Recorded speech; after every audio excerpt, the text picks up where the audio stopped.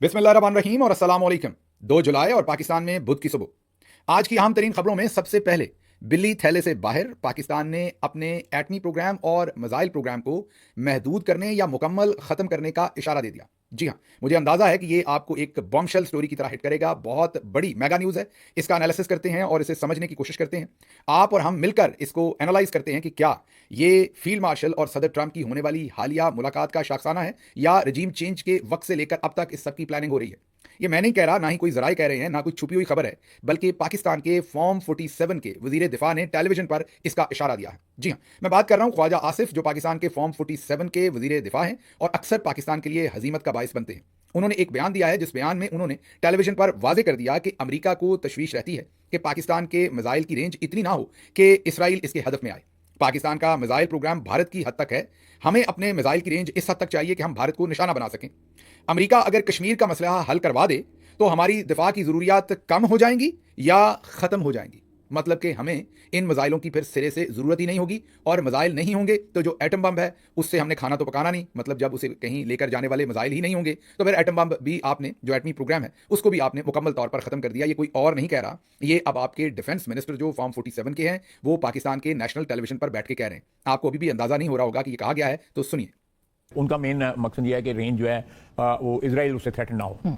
लेकिन हमारी तो जो है वो तो ईस्टर्न है ना, कि जो डेप्थ है इंडिया की वो सारी की सारी जो है हम कवर कर सकें। हमारा किसी इस खिते में या बियॉन्ड इस खिता कोई अमेरिका के खिलाफ या किसी के खिलाफ हमारा नहीं, कोई रेंज उस रेंज में है ही नहीं। हम चाहते हैं जो भी रियासत ले लें तो हम तो उसको रेंज दे दें। हमारा जो सारे का सारा जो है ना वो इंडिया सेंट्रिक जो है डिफेंस का सारा प्रोग्राम है। हिंदुस्तान के साथ हमारा एक झगड़ा है, कश्मीर का झगड़ा है, वो बैठ के हमारे साथ हल कर लें, बैन अवी बरादरी बैठ के हल करवा दे। उसके बाद जो है हमारी डिफेंस नीड्स जो है वो मेरा ख्याल है फिर कोई अगर उन पर क्वालिफिकेशन जो है अगर हम अपनी मर्जी के साथ वो लगाना चाहें। सुन लिया आपने, तो इससे अब चीजें वाजे हो रही हैं। लेकिन इसमें अब आप और मैं, हमारे सोचने की बात क्या है कि क्या ये शाखसाना हाल ही में होने वाली फील्ड मार्शल और सदर ट्रंप की जो मुलाकात है उसका शाखसाना निकल रहा है, ये सामने आ रहा है, या ये सब कुछ रजीम चेंज से लेके अब तक प्लान किया जा रहा है। मेरे ख्याल में इसमें सीड इसका जो है वो तो बो दिया गया था, बीज इसका, रजीम चेंज के बाद से, क्योंकि खिते के अंदर अब जो कुछ हो रहा है वो ओवरनाइट तो हुआ नहीं, जाहिर है उसकी एक लंबी प्लानिंग थी और उसके लिए इमरान खान साहब को बर वक्त जो है हटाना जरूरी था और वही किया गया। और अब कंक्लूजन हो रहा है, एक तरफ पाकिस्तान को माशी एतबार पर दिवालिया किया जा रहा है, दूसरी तरफ सियासी और इखलाकी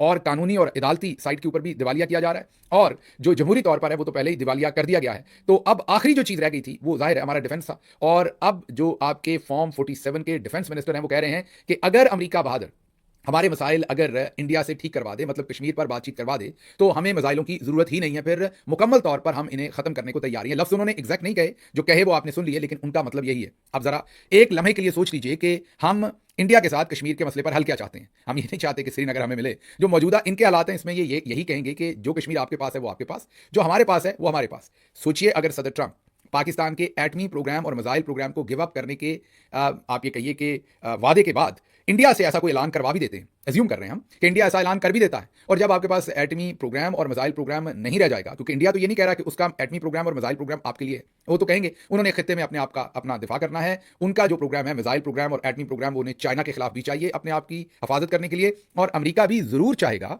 कि इंडिया की जो दिफाई पावर है, जो उनकी दिफाई ताकत है, वो चाइना के हमपल्ला हो और इंडिया और चाइना एक दूसरे के साथ एंगेज करें, ताकि चाइना जो तेजी से तरक्की कर रहा है दुनिया के अंदर उसको रोका जा सके और वो कहीं अमेरिका को काट ना दे, अमेरिका से आगे ना निकल जाए इस तरक्की के अंदर, जीडीपी की रेस के अंदर, टेक्नोलॉजी की रेस के अंदर, बिजनेस की रेस के अंदर। और इस वक्त तो चाइना बहुत स्पीड से आगे जा रहा है, तो अमेरिका के ये हर लिहाज से फायदे में है कि अगर जो हिंदुस्तान है वो ज्यादा ताकतवर हो और उसके पास ज्यादा फौजी ताकत हो। अब हम अपने मुंह से ये ऑफर्स करना शुरू हो गए, तो अगर सदर ट्रंप मोदी के साथ बैठ के ये बातचीत कर लें, और मैं आपको कई दफा याद कीजिए बता चुका हूं कि ये जो नया प्यार जागा है सदर ट्रंप को पाकिस्तान का, और वो अक्सर इंडिया के खिलाफ ऐसी स्टेटमेंट्स देते हैं जिससे आपको भी कई दफा हैरानी होती होगी कि ये क्या हुआ है।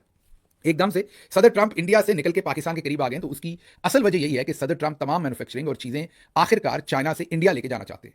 इंडिया का और अमेरिका का ट्रेड डेफिसिट मेरा ख्याल को 45-50 बिलियन डॉलर का है, उसको वो फिक्स करना चाहते हैं, और उसको फिक्स करने के लिए वो मैनूवरिंग करें, बिल्कुल ऐसे ही जैसे आप किसी दुकान से सौदा ले रहे होते हैं और जब भाव ताव कर रहे होते हैं तो आखिर पर अगर दुकानदार नहीं मानता तो धमकी के अंदाज में आप कहते हैं कि हम लेते ही नहीं, हम दूसरी दुकान से ले रहे हैं, और उठ कर जाते हैं। एग्जैक्टली सदर ट्रंप यही कर रहे हैं।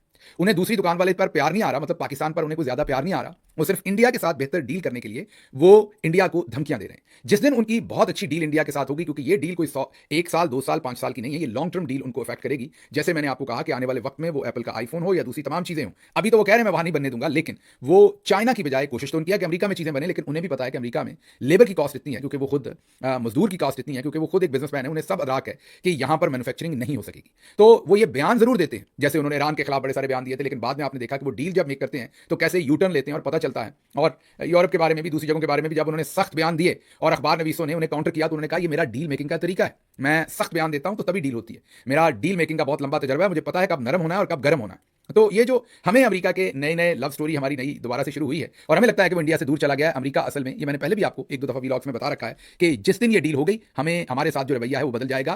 ता वक्त है कि हमने ये जो नया एक इश्तराक शुरू कर लिया है, एक तो आपको पता है कि जो मुआहदा इब्राहिमी है जिसमें सऊदी अरब और दूसरे ममालिक के बारे में कहा जा रहा है कि वो इजराइल को तस्लीम कर लेंगे और गजा और फलस्तीन की मौजूदा जो सूरत हाल के ऊपर मुस्लिम दुनिया का क्लेम है उससे डिपार्चर कर लेंगे। अगर पाकिस्तान भी उसमें शामिल होता है और ईरान और तमाम मुल्कों के खिलाफ अपना कंधा फ्राहम करता है और आखिरकार जो हमारे वजीर दिफा कह रहे हैं कि अपना मिसाइल प्रोग्राम भी अगर ये ऑफर करेंगे तो सदर ट्रंप कहेंगे आइए मैं कश्मीर पे आपकी सुलह करवाता हूं, कश्मीर पर इंडिया से कहलवा देंगे। सदर ट्रंप को क्या होता है कि आपके पास जो कश्मीर आपका, जो हमारे पास वो हमारा, एक दफा एटमी प्रोग्राम आपके पास नहीं रहेगा तो फिर दोबारा से इंडिया वो जंग शुरू कर लेगा, उसको किसने रोक लेना है।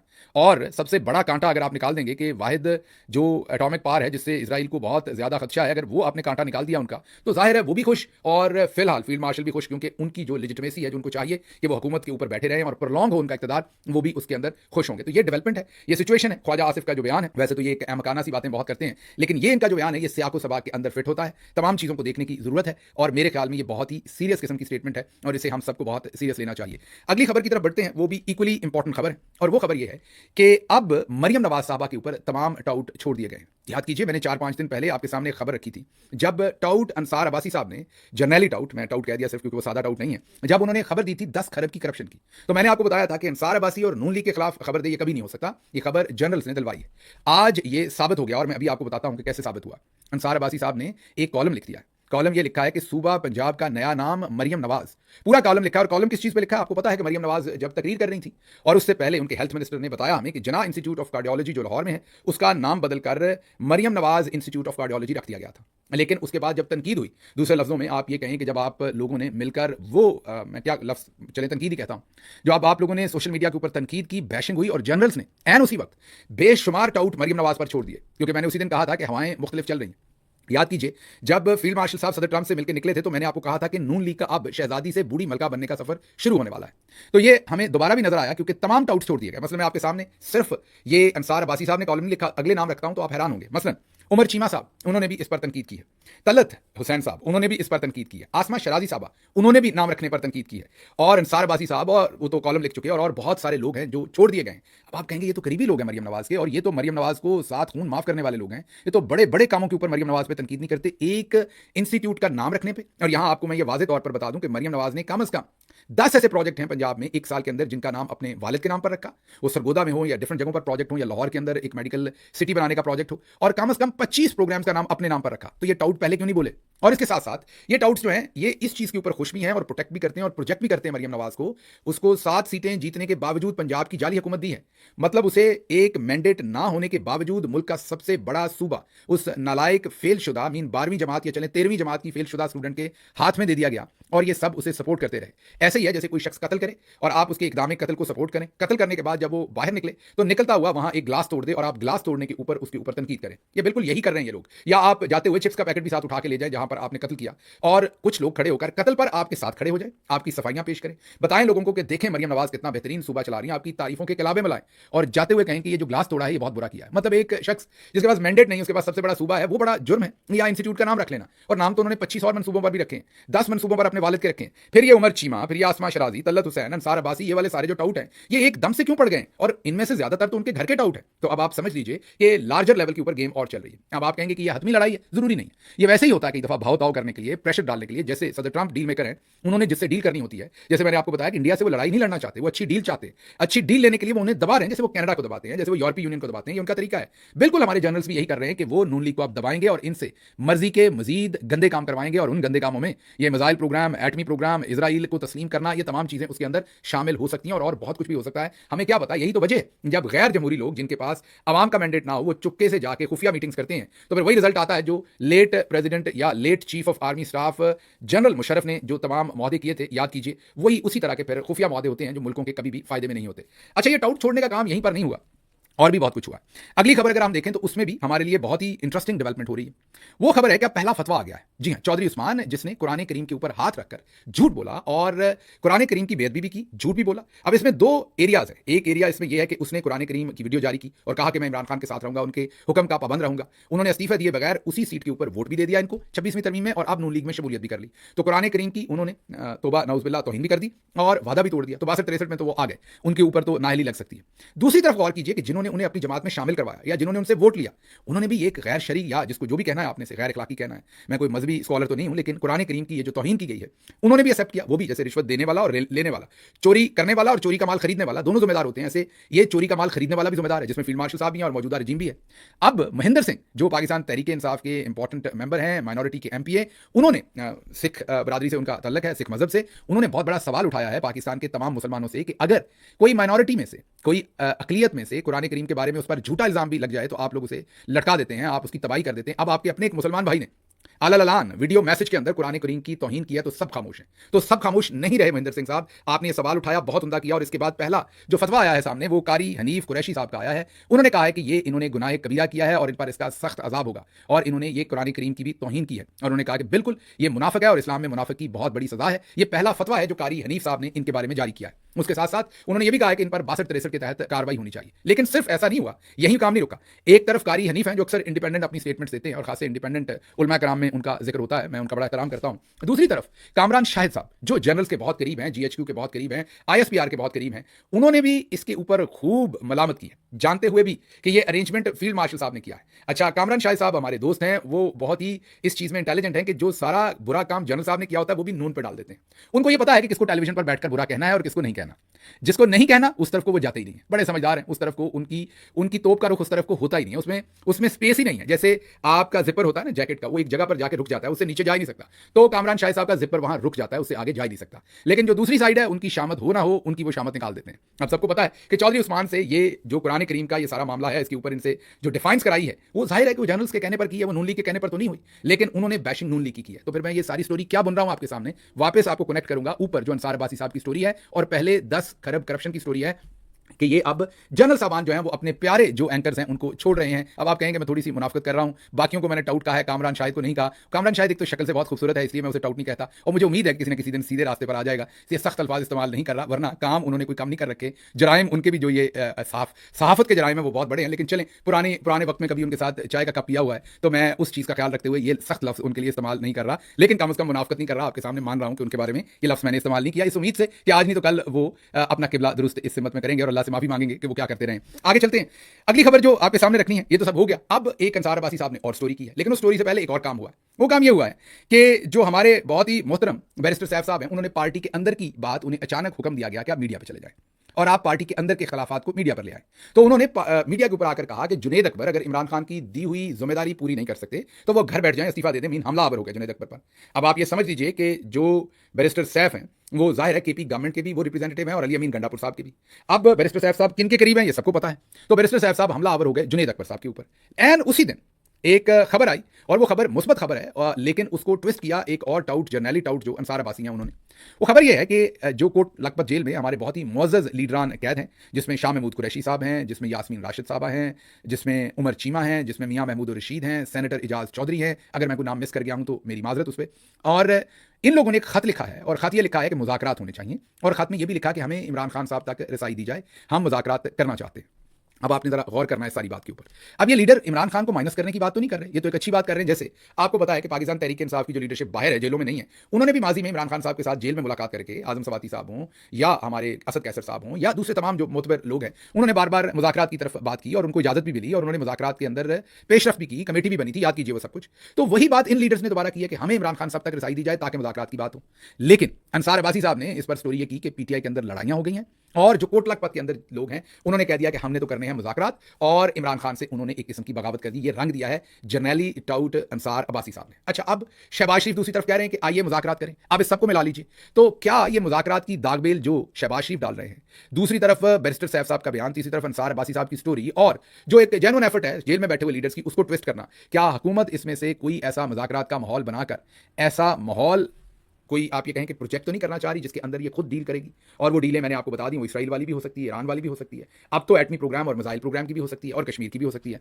तो ये सारी चीज़ें आपके लिए छोड़ रहा हूँ। मेरी आपसे दरखास्त होगी कि ज़रूर आपके कॉमेंट्स में हमेशा पढ़ता हूँ, ये ध्यान में रखिएगा। मैं कभी ऐसा नहीं होता, उनके जवाब नहीं दिए जा सकते क्योंकि वो सैकड़ों की तादाद में आपके कॉमेंट्स होते हैं, उनको हम फिल्टर कर लेते हैं। एक तो जो शॉर्ट कॉमेंट लिखे होते हैं, किसी ने लिखा होता है अच्छा वीलॉग है, या कोई शॉर्ट बात लिखी होती है, वो तो उसको हम आजकल आर्टिफिशियल इंटेलिजेंस से हम जितने भी आपने उर्दू में या इंग्लिश में जितने भी आपने बहुत ही आप ये कहें कि पुरमग्ज किस्म के आपने कमेंट्स लिखे होते हैं जिनमें काम की बातें होती हैं, उनको मेरी टीम पहले एआई की मदद से छांटती है, उसके बाद मेरे सामने रखती है, मैं उनको पढ़ता हूं और उससे मुझे डायरेक्शन मिलती है कि आप लोग क्या सोच रहे हैं। इसलिए आज के कमेंट्स में जरूर लिखिएगा कि आप क्या सोचते हैं कि ये सब कुछ क्या हो रहा है, क्योंकि आपके समझने के लिए बहुत जरूरी है ये तमाम की तमाम स्टेटमेंट्स जो दी गई हैं। आगे चलते हैं जरा। मरियम नवाज साहबा मरी में थी और मेरी इत्तलात ये है, अब ये जराए से खबर है, इसका कोई डॉक्यूमेंट मेरे सामने नहीं है, जराए से खबर है, इसलिए मैं रिपोर्टरली कहूंगा, मैं मुबैना तौर पर कहूंगा, लेकिन बहुत ही वेल प्लेस्ड मेरे जो सोर्सेज हैं वो मुझे मरी से खबर दे रहे हैं कि मरियम नवाज साहबा की कुछ चाइनीज बिजनेसमैनों और दूसरे बिजनेसमैनों के साथ मुलाकात हुई है। उनमें से कुछ बिजनेसमैनों को आने वाले वक्त में पंजाब में ठेके दिए जाएंगे। ये नून लीग को भी पता है कि नून लीग का शहजादी से बूढ़ी मलका बनने का सफर शुरू हो गया, इसलिए अब वो अरबों रुपए के जो बजट उन्होंने पंजाब में रखा है उसके ठेके देंगे धड़ाधड़, और उसमें से फिर किकबैक्स और दूसरी चीजों के इल्जाम तो आपके सामने ही हैं सारे पहले के। तो ये मुलाकातें उन्होंने की हैं, प्राइवेटली डिस्क्रीट किस्म की मुलाकातें थी जो कहीं भी पब्लिक नहीं की गई, लेकिन उनकी एक से ज्यादा मुलाकातें मरी के अंदर हुई हैं। ये मैं आपको बहुत ही जिम्मेदारी से खबर दे रहा हूं। तो आने वाले दिनों में आप इन तमाम चीजों को भी देखेंगे। चलने से पहले ये एक जरा वीडियो देखिएगा, डरिएगा नहीं, मुझे पता है, और अगर छोटे बच्चे देख रहे हैं मेरा व्लॉग तो उनकी आंखों के सामने हाथ रख दीजिएगा। कोई फोश चीज नहीं है, कोई मैं ये नहीं कहूंगा कि कोई काबिल एतराज चीज नहीं है, लेकिन बच्चे डर ना जाएं तो उनकी आंखों के सामने जरा हाथ रख दीजिएगा और ये देखिएगा। आटा महंगा, हाय हाय, चीनी महंगी, हाय हाय, आटा महंगा, हाय हाय, बिजली महंगी, हाय हाय, बिजली महंगी, हाय हाय, गैस महंगी, हाय हाय, गैस महंगी, हाय हाय, पेट्रोल महंगा, हाय हाय, पेट्रोल महंगा, हाय हाय, सब्जी महंगी, हाय हाय। सुन लिया आपने, ये मोहतरमा आती थी, ये इतनी जोर से बात करती थी कि इनकी नाक भी फूल जाती थी हमारी बहन की, और छोटे बच्चे तो डर जाते थे, और ये शर्म दिलाती थी पेट्रोल महंगा होने के ऊपर, जब 1 रुपया पेट्रोल महंगा होता था, 1 रुपया। और हमारे वो मंसूर अली खान साहब अल मारूफ लौंडा लपाड़ा जी, वो खुद अपने लिए ये नाम उन्होंने चूज किया हुआ है क्योंकि लोगों को ये कहते हैं। उनसे आप कई दफा सोचते होंगे मेरे इतना क्यों खिलाफ है, जहर क्यों गलते हैं। उनकी मेरी सबसे पहली मुखालफत शुरू हुई थी जब हमारी हुकूमत में हर दफा पेट्रोल अगर 50 पैसे महंगा होता था या 1 रुपया महंगा होता था तो वो ट्वीट किया करते थे। आसमा शराजी साहबा भी ट्वीट करती थी, और भी बहुत सारे, सलीम साफी साहब, ये तमाम लोग। अब पता नहीं कहाँ अल्लाह इनको हयात रखे, इनकी लंबी जिंदगी दे, लेकिन लगता है कि वफात पा चुके हैं और अब इनको पेट्रोल की महंगाई की समझ नहीं आती। एक तरफ तो जो पेट्रोल महंगा हुआ, आपको पता है 9 रुपए और 10 रुपए, 9 रुपए पेट्रोल और 10 या 11 रुपए डीजल महंगा हुआ, अब उस तरीके से ये ट्वीट नहीं करते, बल्कि महंगाई पर ये अक्सर ट्वीट नहीं करते, बल्कि मरियम नवाज और उनकी तारीफें करते हैं। हाँ, मंसूर साहब की कमजोरी है, मजबूरी है आप लोगों के साथ जुड़े रहने की, तो कभी कभार वो जिम्मेदारी पूरी करने के लिए छोटी मोटी तनकीद नून लीग पर जरूर कर देते हैं। तो उस वक्त मैंने इनके बारे में, इन्होंने हमारे खिलाफ एक पूरी मुहिम बना रखी थी, तो उस वक्त मैंने इन्हें पेट्रोल से चलने वाला एंकर, या पता नहीं 5 रुपए, क्योंकि 5 रुपए पेट्रोल महंगा हुआ था, उन्होंने क़यामत बर्पा कर दी थी तब, और हमने पेट्रोल महंगा किया था तब भी एतराज था, फिर हमने पेट्रोल सस्ता किया, इन्हें तब भी एतराज था, कहते हैं आपने पेट्रोल सस्ता कैसे कर दिया, आने वाली हुकूमत के लिए आप मसला खड़ा कर रहे हैं। तो इन्हें सब, तो वो मसला बना था जब मंसूर अली खान साहब से मेरी जाती मुखासमत शुरू हुई थी, जो आज तक है, और वो अक्सर वो जहर उगलते रहते हैं, उनकी मेहरबानी है। लेकिन खबर आपको ये देनी थी कि पाकिस्तान के अंदर जो महंगी तरीन इंपोर्टेड गाड़ी आजकल आ रही है, जो या महंगी तरीन गाड़ियों में से एक गाड़ी जो लक्सस की LX 600 है, वो 1.25 करोड़ रुपए तकरीबन सस्ती कर दी गई है, टैक्स की छूट दे दी गई। और जो आम आदमी की, जो लोअर मिडिल क्लास के लोग लेते हैं, जो आम आदमी की गाड़ी है, मसलन ये जो छोटी 800 सीसी बल्कि 650 सीसी छोटी सी गाड़ी है सुजुकी की या दूसरी, वो लाख 2-2 लाख रुपया, 3-3 लाख रुपया गाड़ियां जो हैं वो महंगी कर दी हैं। तो जो शुरफा है, जो अलीट हैं, उनको 1.25 करोड़ की टैक्स छूट दिया, जो गरीब है उसके ऊपर और पैसा लगा दिया है। यही मुल्क है, यही इस मुल्क का कानून है, और यही फील्ड मार्शल साहब चाहते हैं। काफी खबरें हो गई, मुझे अब यहां से इजाजत दीजिए। अल्लाह आपका हामी और नासिर हो। पाकिस्तान जिंदाबाद।